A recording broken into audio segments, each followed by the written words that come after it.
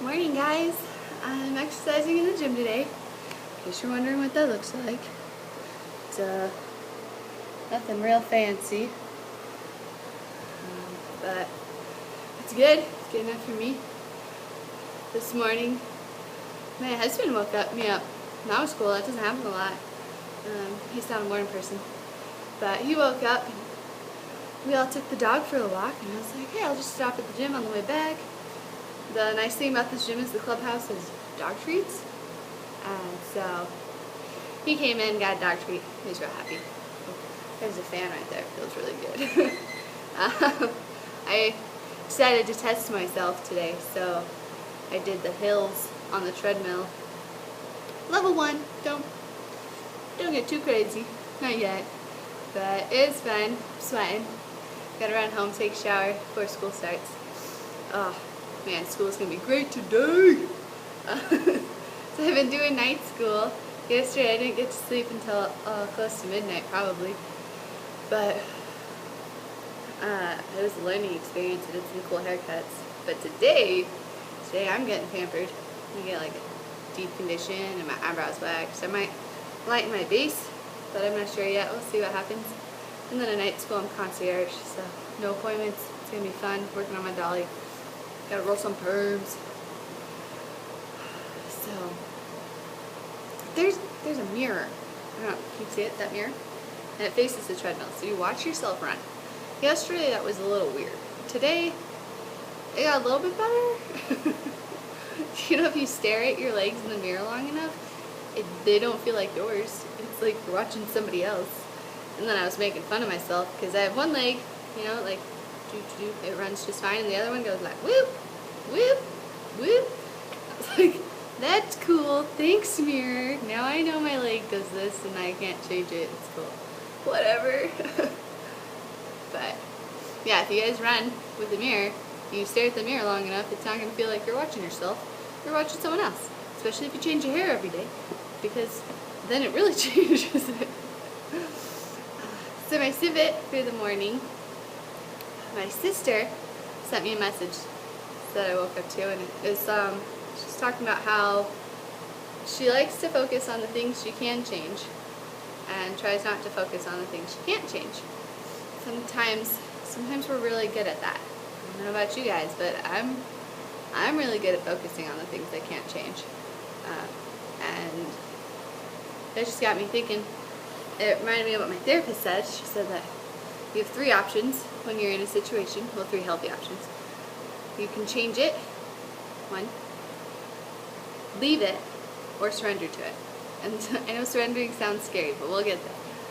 So you can change it. You can be like, rather than leaving a situation, you're going to change the situation.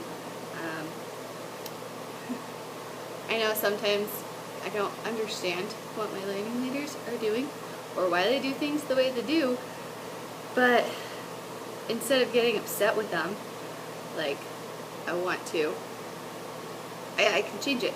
So I change the way that I look at it. I can change, basically, yeah. For me, it's changing the way I look at it. Or like if I'm at school and I'm not getting my stuff done, I change who I'm working next to. If I'm working next to anybody, maybe I need to work by myself. Maybe I need to throw some headphones in. That's changing the situation. You can leave the situation. So if I use school again, well, I don't want to leave school. Let's talk about California. So when we were in California, Marcus had a terrible job. I remember kind of being thankful that they laid him off. I was like, this sucks, but at the same time, you weren't happy there. They didn't seem happy to have you there. Like, and then he'd come home and he was sad. And I'm his wife, so I'm trying to fix it, and that's really hard. All of a sudden, I feel semi-responsible for this other person's feelings. What? You want me to what? So he got laid off. We both started working at Kohl's, and for him, it was, you just stay in it. For him, you just stay in that situation. Being a nomad child, I was like, my brother's getting married in Niagara Falls, let's just move. I mean, we can't go and then come back, we don't have that kind of money. So let's just move. And he thought I was crazy. He's like, we don't have jobs, we don't have a place to live. And I'm like, don't worry, we'll live in that hotel for a week like planned for my brother's wedding, and then we'll figure it out. No big deal. He was freaking out. He was like, it's kind of a big deal to move somewhere without a job. And I was like, don't worry, we'll be good. We'll be good. And we were. I found a job. And then I ended up quitting it fairly soon because my niece was in the hospital. But that job got us the apartment. Like, we had the money for the apartment, we just didn't have the job on the paper yet. So it got us the apartment. And then while I was in Utah, while my niece was sick, my husband found a job. He actually had 2 job offers in one day. So he got to choose where he was going. It wasn't just oh man, I guess I'll do this one. So that's the second one. You can leave the situation, like we left California. And then there's the third one, where you have to surrender to it. And that one's harder. Now when I say surrender, I don't mean wallow in self-pity or let your depression just run crazy, because that was what I first thought. And she's like, no, that's not what surrendering means. If you're religious, surrendering is putting it in the power in the hands of your higher power. Like saying, God, I don't know what to do. Either you can't do something, or you really just don't know what to do.